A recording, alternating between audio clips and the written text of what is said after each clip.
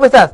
Bienvenido a este último tema sobre Derecho Constitucional General. Hemos estudiado en los primeros temas un repaso a la teoría de las constituciones, el tipo de las constituciones y lo que es un poder constituido de un poder constituyente.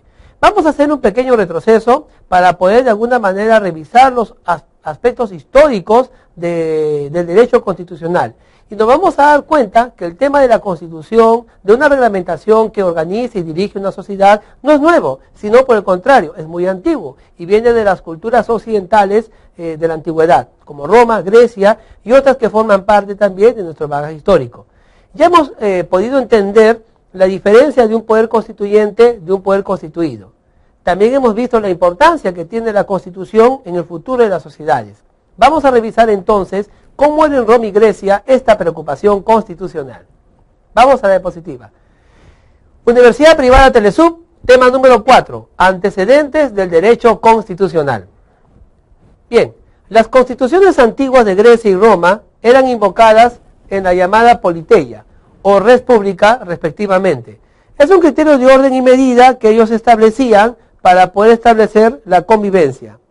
El poder, desde ese punto de vista, ha tendido siempre a afirmarse establemente y de hecho lo ha conseguido a través de su traducción en algún tipo de norma, transformando de esta manera la fuerza en derecho y la obediencia en deber.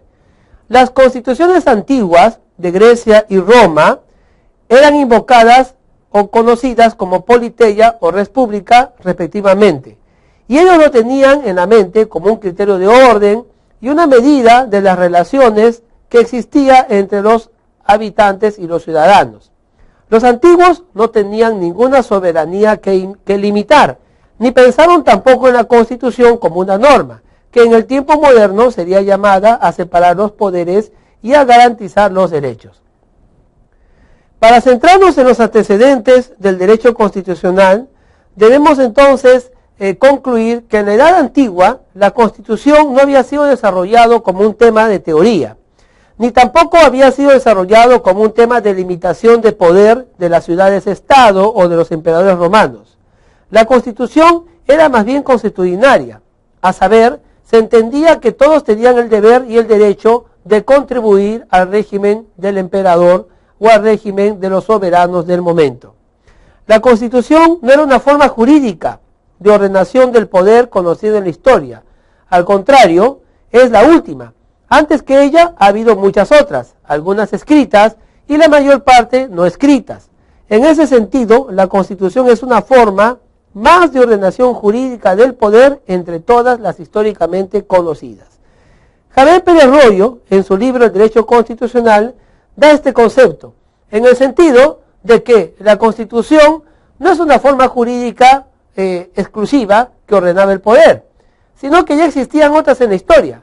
No por ello podemos decir que no existían grandes imperios como Grecia, ni grandes imperios como Roma, y muchos otros imperios que definitivamente existieron en la antigüedad, incluido el Gran Imperio Incaico, que definitivamente tenía pues un concepto de obediencia, soberanía y orden social.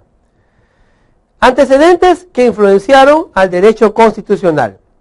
Para centrarnos en los antecedentes del derecho constitucional, debemos focalizarnos un par de acontecimientos situados en el último cuarto del siglo XVIII que cambiaron el mundo. Estamos hablando de la Revolución Americana y de la Revolución Francesa. La primera contra el absolutismo reinante o antiguo régimen y la otra contra el absolutismo del monarca inglés. Este nacimiento del derecho constitucional, como se le conoce en la actualidad, nace a partir de dos bases fundamentales.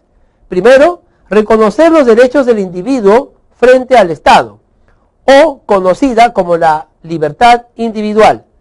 Y el segundo, como la delimitación y control del poder absoluto que detentaban los monarcas. ¿Qué quiere decir esto? Tanto en la Revolución Americana como en la Revolución Francesa, el gran poder era el conflicto que existía entre el abuso del Estado, el deber de mandar y el deber que tenía el súbdito de obedecer. ¿Dónde tenía su límite este deber? Podíamos seguir obedeciendo a un Estado que no cuidaba las fronteras, a un Estado que no daba